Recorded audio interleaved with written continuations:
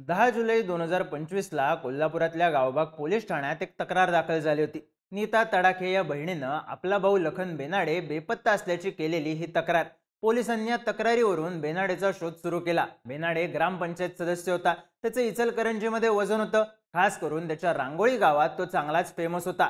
असा माणूस बेपत्ता असल्यानं साहजिकच चर्चा वाढली। पोलिसांनी सगळ्या बाजूंनी तपास केला आणि मग 18 जुलैला सगळ्या माध्यमांमध्ये झळकली एक बातमी, लखन बेनाडेचा मृतदेह सापडल्याची। मृतदेह हिरण्यकेशी नदीत सापडला होता, पण मृतदेह एकसंध नव्हता। त्याचे एक दोन नाही 5 तुकडे करण्यात आले होते। लखन बेनाडेचा खून झाला होता, त्याला निर्घृणपणे संपवण्यात आलं होतं, पण मृतदेह सापडण्याआधीच पोलिसांनी संशयितांना पकडलं होतं। लखन बेनाडेच्या मृत्यूचं कोडं सुटलं होतं। जवळपास 8 दिवस बेपत्ता असलेल्या लखन बेनाडेच्या मृतदेहाचे 5 तुकडे पोलिसांना एका पोत्यात सापडले। त्याचं शीर वेगळं केलं होतं, त्याचे हात वेगळे केले होते, त्याचे पाय वेगळे केले होते। त्याला थंड डोक्याने मारून त्यापेक्षा थंड डोक्याने त्याचे तुकडे करून संपवण्यात आलं। पण लखनचे खुनी होते कोण? आधी तक्रार, मग पाठलाग, मग अपहरण, मग हत्या आणि शेवटी तुकडे। हे सगळं प्रकरण होतं काय? ते उलगडलं कसं? याची स्टोरी सांगणारा हा व्हिडिओ। नमस्कार, मी चिन्मय आणि तुम्ही पाहताय बोलबिडू। लखन बेनाडे कोल्हापूरच्या रांगोळी ग्रामपंचायतीचा सदस्य, अजित पवार गटाचा स्थानिक नेता अशी त्याची ओळख। 2014च्या विधानसभा निवडणुकीत तो हातकणंगले मतदारसंघामधून राष्ट्रवादीच्या तिकिटावर उभा राहिला। 2016 मध्ये जिल्हा परिषद निवडणूक लढवली, दोन्ही वेळेस हारला आणि दोन्ही वेळेस डिपॉझिट जप्त झालं। पण तरीही चर्चा मात्र झाली, कारण लखनच्या निवडणुकीच्या प्रचारासाठी पैसे गोळा करायचे गावातले मतदार, लखनच्या भाषणाचं कौतुक करायचे दिग्गज नेते। मग 2022ला त्यानं अपक्ष म्हणून ग्रामपंचायत निवडणूक लढवली आणि यावेळी जिंकला, ग्रामपंचायत सदस्य झाला। पण लखन बेनाडे मागच्या काही दिवसात चर्चेत होता रील्स वॉरमुळे, पोलीस तक्रारींमुळे। लक्ष्मी घस्ते नावाची एक महिला आपल्या इंस्टाग्राम अकाउंटवरून लखन बेनाडेला शिव्या देणारे रील्स टाकत होती।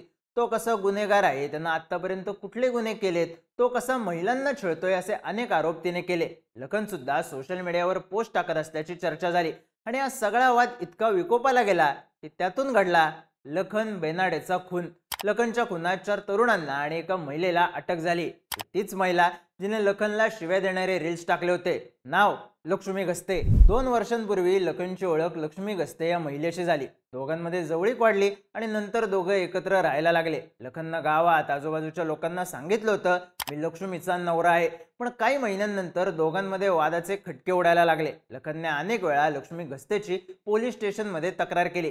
लक्ष्मी आपल्याला शारीरिक मानसिक त्रास देत आपला छळ करते, अशा अनेक तक्रारी त्याने वेगवेगळ्या पोलीस स्टेशनमध्ये दिल्या। एका महिन्यापूर्वी 14 जूनला शाहूपुरी पोलीस स्टेशनमध्ये त्याने लक्ष्मी आणि तिच्या कुटुंबाविरोधात तक्रार दाखल केली। लखनच्या तक्रारीप्रमाणे लखन आणि लक्ष्मीचं 2024 मध्ये लग्न झालं। लग्नानंतर झालेल्या भांडणाचा राग मनात घेऊन लक्ष्मी तिच्या माहेरी निघून गेली। लक्ष्मीला परत आणण्यासाठी जेव्हा लखन गेला तेव्हा तिने आणि तिच्या कुटुंबाने पैसे दिले तरच लक्ष्मी परत येईल असं सांगितलं। लक्ष्मीच्या नातेवाईकांनी आपल्याला दाभोळकर कॉर्नर इथं 5.5 लाख रुपये घेत मारहाण केल्याची तक्रार त्याने दाखल केली होती। लखनच्या तक्रारीमुळे शाहूपुरी पोलीस स्टेशनमध्ये लक्ष्मीसह तिचे नातेवाईक असणाऱ्या 8 जणांविरुद्ध गुन्हाही दाखल करण्यात आला होता।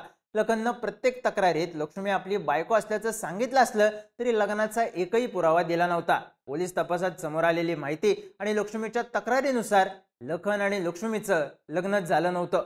लक्ष्मी सोबत लखनचे अनैतिक संबंध होते, पण हे संबंध थेट खुनापर्यंत का गेले याचं उत्तर समोर आलं पोलिसांच्या चौकशीमधून।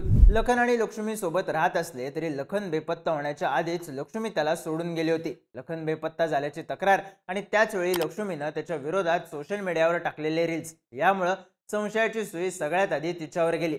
पोलिसांनी तपासाची सूत्र हलवत विशाल घस्ते नावाच्या एका संशयिताला ताब्यात घेतलं। त्यानंतर चौकशी झाली। लक्ष्मी घस्ते, आकाश घस्ते, संस्कार सावर्डे आणि अजित चुडेकर या संशयितांना पोलिसांनी ताब्यात घेतलं। चौकशीत खुनाची कबुली देण्यात आली। त्यानंतर पोलिसांनी शोध घेत हिरण्यकेशी नदीमधून लखनच्या मृतदेहाचे तुकडे ताब्यात घेतले आणि सगळ्या कोल्हापूरलाच धक्का बसला, कारण लखनचं शिर वेगळं होतं, धड वेगळं होतं, हात वेगळे होते आणि पाय सुद्धा। पण धक्का बसण्याचा हा पहिलाच भाग होता, अजून एक स्टोरी बाकी होती, लखनचा खून कसा झाला या गोष्टीची। 10 जुलैला लखन शाहूपुरी पोलीस ठाण्यात लक्ष्मी आणि तिच्या नातेवाईकांविरुद्ध केलेली तक्रार मागे घेण्यासाठी आला होता, असा फोन त्यानं लक्ष्मीला केला। मी तुझ्या विरोधातली तक्रार मागे घेतोय, तू पुन्हा माझ्यासोबत राहायला चल, असं फोनवर त्यानं तिला धमकावलं। पण लखनचा फोन आलाय ही गोष्ट लक्ष्मीनं विशाल घस्तेला सांगितली। तोच विशाल गस्ते ज्याला या प्रकरणात संशयित म्हणून अटक करण्यात आली होती, तोच विशाल गस्ते जो लक्ष्मीचा नवरा आहे. लखनच्या फोन नंतर या दोघांनी लखनचा काटा काढायचा प्लॅन केला. पोरांची जमवाजमव झाली आणि पुढच्या काही मिनिटात प्लॅन ऍक्टिव्ह सुद्धा झाला. लखन शाहूपुरी पोलीस स्टेशन मध्ये आला. तिथं आपण दाखल केलेल्या तक्रारीची माहिती घेतली, लक्ष्मीला फोन केला आणि तिथून निघाला. पण सायबर चौकात लक्ष्मी, विशाल आणि त्यांचे साथीदार थांबले. लखन जेव्हा सायबर चौकात पोहोचला तेव्हा या 5 जणांनी त्याचा पाठलाग सुरू केला. शाहू टोल नाक्यापर्यंत हे 5 जण लखनचा पाठलाग करत होते. शाहू टोल नाका परिसरात पोहोचताच त्यांनी लखनला किडनॅप केलं आणि त्याला तवेरा गाडीत कोंबलं. गाडीत त्याला मारहाण करण्यात आली आणि संकेश्वरच्या जवळ असताना त्याचा थंडपणे खून केला. मग गाडीमध्येच त्याच्या शरीराचे 5 तुकडे केले. हे तुकडे आणि हत्यारं पोत्यात भरून पोतं हिरण्यकेशी नदीत फेकून दिलं आणि तिकडून कल्टी खाल्ली. पण पोलिसांनी तपासाची सूत्र हलवत सगळे डॉट जोडत या 5 जणांना अटक केली आणि खुनाचं कोडं सुटलं. पण यात एक प्रश्न बाकी होताच, लखनला का मारलं? या प्रकरणात पोलिसांनी ज्याला पकडलं तो विशाल गस्ते रेकॉर्डवरचा गुन्हेगार आहे. त्याच्यावर 20 पेक्षा जास्त गुन्हे दाखल आहेत. चोरी, मारामारी, अत्याचार अशा प्रकरणांमध्ये त्याला शिक्षाही झाली. 2 वर्षांपूर्वी पॉक्सो अंतर्गत एका गुन्ह्यासाठी त्याला राजारामपुरी पोलिसांनी कळंबा जेलमध्ये टाकलं होतं. विशाल तेव्हा जेलमध्ये होता. तेव्हा त्याची बायको लक्ष्मी गस्ते बचत गट चालवत होती. याच बचत गटासाठी तिला आर्थिक मदतीची गरज होती. त्याच वेळी तिची ओळख झाली लखन बेनाडे सोबत. लखनने तिला बचत गटासाठी लागणारी आर्थिक मदत केली. पण या ओळखीचा आणि मदतीचा गैरफायदा घेत त्यांना आपल्याला सोबत राहायला भाग पाडलं असा लक्ष्मीचा आरोप आहे.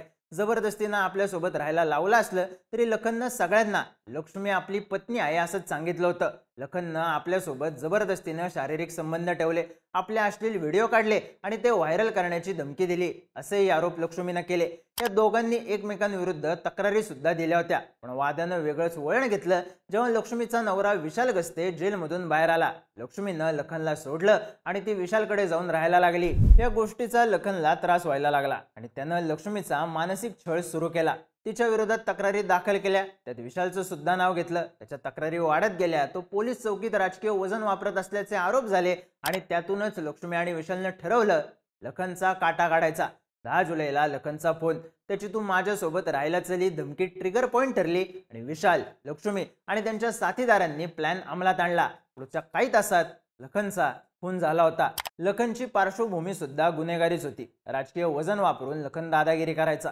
तो अनेक महिलांना आधी आर्थिक मदत करायचा आणि नंतर गैरफायदा घ्यायचा. लखनवर आरोग्य विभागातल्या महिला कर्मचाऱ्यावर अत्याचार केल्याचाही गुन्हा दाखल आहे. मारामारी, विनयभंग असेही अनेक गुन्हे लखनवर दाखल असल्याचं बातम्यांमधून सांगण्यात येते. त्यामुळे सुरुवातीला लखनचा खून जुन्या वादातून झाला का, त्याची कोणी सुपारी दिली होती का, असे अनेक प्रश्न होते. लक्ष्मीनं प्लॅन तर बनवला होता, पण रागाच्या भरात इंस्टाग्रामवर टाकलेले रील्स पोलिसांना तिच्यापर्यंत नेणारा सगळ्यात सोपा मार्ग ठरले. पोलीस इंस्टाग्राममुळे तिच्यापर्यंत पोहोचले, तिच्या साथीदारांपर्यंत पोहोचले, लखनच्या खुनाच्या कारणापर्यंत पोहोचले आणि मग लखनच्या शरीराच्या 5 तुकड्यांपर्यंतही. पण आता दोन्ही बाजूंनी दाखल असलेल्या तक्रारी बघता एक प्रश्न आहेच, कुणाच्या आरोपांमध्ये तथ्य आहे, लक्ष्मीच्या की लखनच्या?